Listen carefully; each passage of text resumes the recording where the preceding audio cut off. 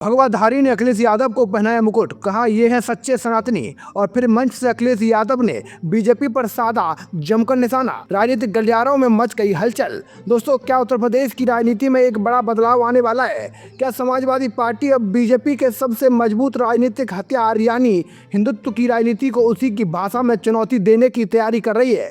और क्या 2027 विधानसभा चुनाव से पहले अखिलेश यादव अपनी नई राजनीतिक रणनीति के जरिए बीजेपी की सबसे बड़ी ताकत को कमजोर करने में जुट गए हैं? इन सवालों की वजह बनी है कासगंज से सामने आई एक ऐसी तस्वीर जिसने उत्तर प्रदेश की राजनीति में नई बहस छेड़ दी है। मंच पर मौजूद समाजवादी पार्टी के राष्ट्रीय अध्यक्ष अखिलेश यादव को एक भगवाधारी बाबा ने मुकुट पहनाया। इतना ही नहीं, बाबा ने सार्वजनिक रूप से अखिलेश यादव को सच्चा सनातनी तक बता दिया।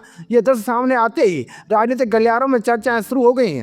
एक तरफ बीजेपी लंबे समय से खुद को सनातनी संस्कृति और हिंदुत्व की सबसे बड़ी प्रतिनिधि बताती रही है, वहीं दूसरी तरफ अब समाजवादी पार्टी भी धार्मिक और सांस्कृतिक मुद्दों पर खुलकर अपनी बात रखती दिखाई दे रही है। ऐसे में कासगंज की ये घटना सिर्फ एक मंचीय कार्यक्रम नहीं बल्कि एक बड़े राजनीतिक संदेश के रूप में भी देखी जा रही है।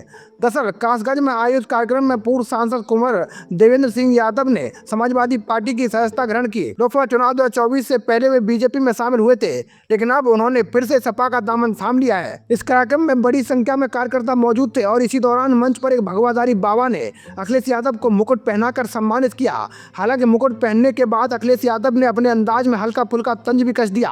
उन्होंने कहा कि जिन्होंने उन्हें मुकुट पहनाया वे किसी और के भी हमशक्ल लगते हैं। उन्होंने मुस्कुराते हुए कहा कि बाबा जी का मुकुट पहनाने से ज्यादा ध्यान शायद फोटो खिंचवाने और रील बनाने में था। आजकल सोशल मीडिया पर ऐसा दौर है कि लोग आध्यात्मिक कार्यों के साथ साथ सोशल मीडिया पर भी प्रभाव बढ़ाने में लगे हुए हैं। लेकिन कार्यक्रम का सबसे बड़ा हिस्सा वो रहा जब अखिलेश यादव ने बीजेपी सरकार और उसकी नीतियों पर तीखा हमला बोला। उन्होंने आरोप लगाया कि बीजेपी को अपना विरोध प्रदर्शन बिल्कुल पसंद नहीं है। उन्होंने कहा कि अगर कोई सरकार का विरोध करता है तो उसके खिलाफ कार्रवाई होती है, किसी को जेल भेज दिया जाता है, किसी के खिलाफ मुकदमे दर्ज हो जाते हैं और कई बार तो डर का माहौल भी बन जाता है। अखिलेश यादव ने राम मंदिर में आने वाले चढ़ावे को लेकर भी बयान दिया। उन्होंने कहा कि राम मंदिर के चढ़ावे पर डकैती पड़ रही है। यह बयान सामने आते ही राजनीतिक हलकों में नई बहस शुरू हो गई। उन्होंने दावा किया कि सरकार की प्राथमिकताएं जनता के असली मुद्दों से हट चुकी हैं। सपा प्रमुख ने कहा कि प्रदेश में गैस सिलेंडर महंगे हो रहे हैं, बेरोजगारी बढ़ रही है और लगातार पेपर लीक की घटनाएं सामने आ रही हैं। युवाओं का भविष्य दांव पर लगा हुआ है, लेकिन सरकार इन समस्याओं का स्थायी समाधान देने में असफल रही है। उन्होंने कहा कि बीजेपी के नेता खुद को सनातनी बताते हैं लेकिन असली सनातन परंपरा का पालन नहीं करते। अखिलेश यादव ने शंकराचार्य के मुद्दे को भी उठाया। उन्होंने कहा कि जब शंकराचार्य सरकार की कमियों की ओर इशारा कर रहे थे तब उनके साथ उचित व्यवहार नहीं किया गया। सपा प्रमुख ने साफ शब्दों में कहा कि समाजवादी पार्टी शंकराचार्य के साथ खड़ी है और उनकी बातों का सम्मान करती है। इसके साथ ही उन्होंने आर्थिक मुद्दों पर भी सरकार को घेरा। अखिलेश यादव ने कहा कि बीजेपी के नेता मुंह से तो स्वदेशी की बात करते हैं लेकिन उनका झुकाव विदेशी कंपनियों की तरफ ज्यादा दिखाई देता है। उन्होंने आरोप लगाया कि देश के बाजारों और अर्थव्यवस्था पर बड़ी विदेशी कंपनियों का प्रभाव लगातार बढ़ता जा रहा है। इसका सबसे ज्यादा नुकसान छोटे व्यापारियों और किसानों को उठाना पड़ रहा है।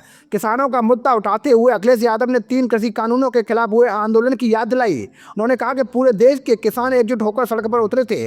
आंदोलन के दौरान कई किसानों की जान भी चली गई, लेकिन आखिरकार सरकार को कानून वापस लेने पड़े। हालांकि उन्होंने आरोप लगाया कि कानून वापस लेने के बावजूद किसानों को वो कानूनी अधिकार और सुरक्षा नहीं मिली जिसकी वे मांग कर रहे थे। अब सवाल यह है, क्या कासगंज का ये मंच और भगवाधारी बाबा द्वारा अखिलेश यादव को पहनाया गया मुकुट सिर्फ एक सम्मान था या फिर इसके पीछे 2027 के चुनाव की बड़ी राजनीतिक रणनीति छिपी हुई है? क्या समाजवादी पार्टी ये संदेश देना चाहती है कि सनातन और धार्मिक आस्था किसी एक राजनीतिक दल की जागीर नहीं है? फिलहाल इतना तय है कि कासगंज का ये कार्यक्रम केवल एक राजनीतिक सभा नहीं रहा। यहाँ से निकली तस्वीरें भगवाधारी बाबा का बयान और अखिलेश यादव के तीखे हमले आने वाले दिनों में उत्तर प्रदेश की राजनीति में नई चर्चाओं को जन्म देने वाले हैं। अब देखना होगा बीजेपी इन बयानों का जवाब क्या देती है और क्या ये घटनाक्रम 2027 के चुनावी समीकरणों को प्रभावित कर पाएगा, ये आने वाला वक्त बताएगा।